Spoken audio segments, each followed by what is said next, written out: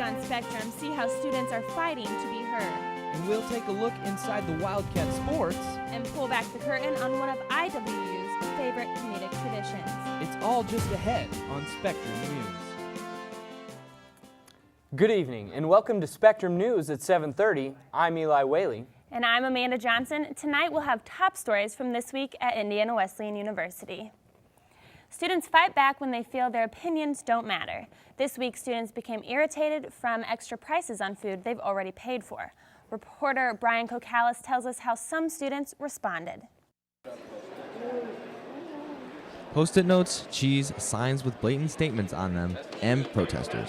It is clear some IWU students are not happy. All right, thanks. Just wear one wherever you go. Student Government President Aaron Morrison started protest Occupy Wildcat to show Pioneer College caterers that students want to be heard.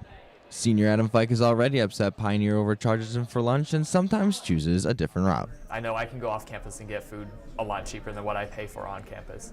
Students like Fike were upset when Pioneer started charging extra for a slice of cheese. Spectrum News asked Pioneer officials for comment on the policy change, but our requests for multiple interviews were denied. But Pioneer has already responded to the protest. The cheese price sign that used to be there has already been taken down by Pioneer today. That is exactly what Morrison and company wanted from Pioneer. Even though not every student agreed with the protest, it was the first real step to students taking action. Wildcat Express is not the focus of the protest, but Occupy Wildcat participants stood outside for 5 hours. Those who wanted their voices heard got the results they wanted and could be the start of something new. For Spectrum News, I'm Brian Kokalis. Flu season's around the corner, and the IWU Health Center offers flu vaccinations for students. On college campuses, the flu spread quickly. The vaccine offered is for upper respiratory, which includes fever, cough, sore throat, body aches, and chills. These can lead to secondary infections like pneumonia. Director of the Health Center, Karen Aaron, says it's difficult convincing students how important these vaccines are. I think students feel like they're invincible and they're not going to get sick. But when you consider that they're running on really full schedules, not necessarily sleeping the greatest always or eating the best of foods, they're probably one of the highest risk populations. For $20, walk-ins are welcomed Monday through Friday from 8 a.m. to 4 p.m. It's all over campus. You can't see it, but you use it every day. Reporter Matt Green connects us with the Wi-Fi issues here on campus. IWU has made the complete transition to wireless internet, but lately, students have been upset about the lack of a connection in some buildings. Junior Public Relations major Jen Goethel has noticed this problem in one of the most student-used buildings on campus. Mainly the student centers such as Teeter, McCon, and the student commons. You have to wait 45 minutes in order to even connect with it, and so it's really frustrating when you're just trying to look up something quickly and call it a day. But these problems on campus have not gone unnoticed. IT Express coordinator Norm Barker is definitely aware of the Wi-Fi problem. The places that I've heard has been the student center and sometimes in their dorms and as well as in the classroom. But how are these wireless internet issues being taken care of? We've had our network guys go and check the access points within those areas to make sure that everything's working right. IT is working on the Wi-Fi problem. The student center and other areas with connection issues should be running in the near future, but no time frame can be set. For Spectrum News, I'm Matt Green. When we come back, see how online registration is still impacting students. And IWU got a special visitor from Indianapolis.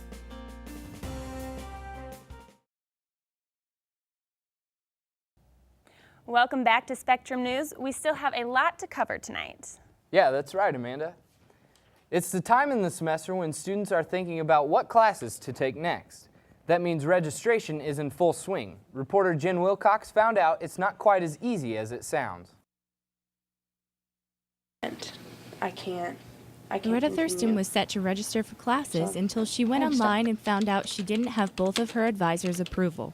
She's a music education major, so she has 2 advisors and twice the approval. Kept sending me in a big circle. Loretta isn't the only student having difficulties with this problem. Director of Records, Michael Santarosa, says this is one of their biggest complaints. The typical problems we've seen is students are frustrated when their advisor hasn't approved the term. Registering online seems like an easy thing, but some students find themselves right back here, frustrated and waiting in line. Loretta says despite the inconvenience of going to the office, registering with a person is not a bad thing. The registrars, they're really nice, and they help out a lot despite all of our questions. Santarosa says that even with these few problems, much of the feedback from surveys they send out is good. Okay, so the problem Santarosa says they will continue to improve the system, but blocks like Loretta faced are in place to make sure students are signed up for the right classes. I have classes With that Spectrum have been News, I'm Jen Wilcox. suggested from previous semesters. IWU tries to bring in speakers from outside of our campus to share their perspective with students. Professor of Worship from Calvin College, Dr. John Whitfleet, spoke to ministry majors at a talkback session. He thinks it's important for the rising generation to see the changes that are happening with modern-day worship. Well, for Christian ministry today, there's, I would argue, no more important topic to understand than worship practices. They're the center of church life, and they affect so significantly how people perceive the Christian faith, how they come to faith often, how God works to call us to faith. The 1-hour lecture by Dr. Whitfleet was followed by a half-hour question and answer session. Indiana Governor Mitch Daniels came to campus yesterday to host a question and answer session with IWU students. Most of the questions asked were about education in Indiana. Governor Daniels says the most crucial part of getting a quality education is having a quality teacher. How you doing? Good, thanks for sitting in the front. Indianans do to increase. Put a good teacher, a really good teacher in front of 30 or 35 kids, they will learn more than a lousy teacher in front of 12. I mean, that's just the way it is.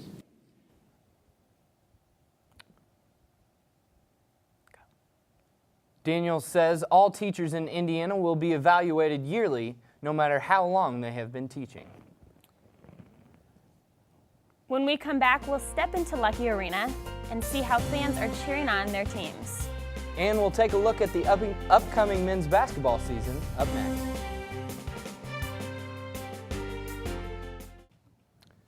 Welcome back to Spectrum News. The sports season is gearing up, and Chase Evans is here to tell us what's on the schedule.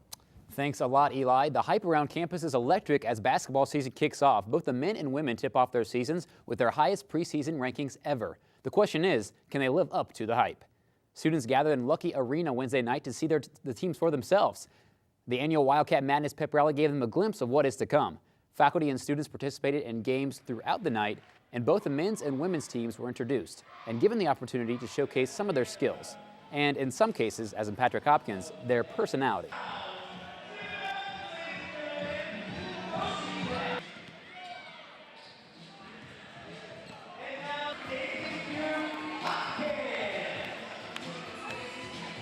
We're trying to showcase our skills a little bit to the fans and show them what we can do and try to get their excitement up for about the season like we are.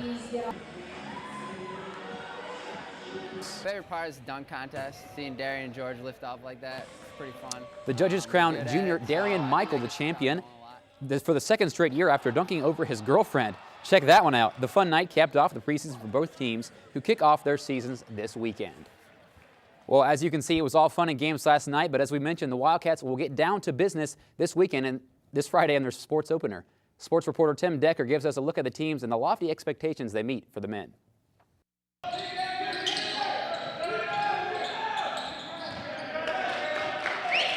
Preparation, focus, winning. Wildcat basketball is back. We can either focus on trying to get back or just beat them. I mean, it's fun to beat somebody. The Wildcat coaching staff set the bar high for this year's team. We're either complaining about a foul call or we're just hacking people. Parker, you're running. Get up. You can go length to length. Ready. Head coach Greg Tonical believes playing good defense will be the key. The challenge for us is how do we get more consistent with our defensive effort? And if we do that, and we combine that with our offense, I think we can be a pretty good basketball team. Junior guard Aaron Martin says the team must remain aggressive. So we're just trying to, act like we're hunting. We're not being hunted right now. Coach Tonical wants every bleacher to be full. We put bleachers on the ends, and we want to fill them. We want this place to be rowdy. We want the atmosphere just to be notched up to a whole nother level. The seconds are ticking down to the beginning of the season, and the Wildcats are ready. For Spectrum Sports, I'm Tim Decker. Well, thanks a lot, Tim. You can see the men in action Friday at 3 p.m. against Grace Bible College as a part of the Caleb Dimmick Memorial Classic. It's going to be a busy weekend at Lucky Arena. The volleyball team will then face rival Taylor later that night at 7 o'clock, trying to avenge that 5-set loss back a month ago. Then Saturday, the men's showdown with 4th-ranked Bellevue University at 3 p.m. That's number 2 versus number 4. Bragging rights on the line early in this season, so don't miss that one. And last but not least, the women tip off their season home opener Saturday at IWU, and they will play IU South Bend at 7 p.m. That's it for sports. It's got to be a big weekend for IWU. Should be fun to watch, guys. Thanks, Chase, for the update. Stick around. We'll see behind the curtains of IWU's favorite comedy. And see how students are using social media to connect.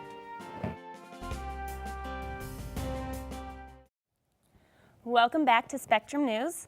Well, there's always plenty for students to get involved in over the weekends, and it sounds like this past weekend especially, there's a lot for students to get excited about. That's right, Amanda. The fall performance of Friday Night Live made campus a little cheerier. Reporter Matt Onks takes us behind the scenes of IWU's favorite sketch comedy show. The cast of FNL took care of business in this fall's production. I've always come. It's tradition. It was the 12th FNL performance over the last 6 years. FNL is an escape for the whole campus.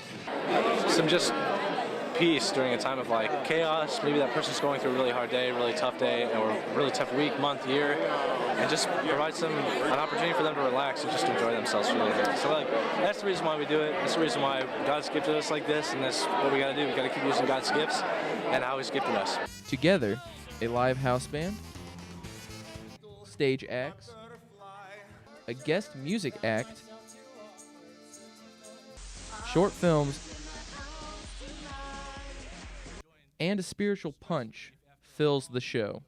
Whether you need a break from schoolwork, a good laugh, or enjoy tradition, FNL is the show for you. For Spectrum News, I'm Matt Ongst. Students are rapidly joining the Facebook group known as Overheard at IWU. Rob Clarkson turned a simple Facebook group into a viral trend. Students can now relieve stress and get to know others through the Facebook group.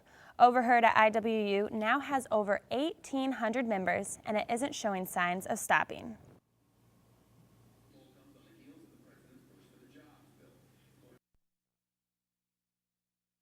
Overheard at IWU is just basically a Facebook group where you can post random stuff that you overhear. Ranges from a conversation someone overheard. Sometimes people post what they oversaw. If you want to hear news throughout the week from Spectrum, feel free to check out our website, www.iwuspectrum.com.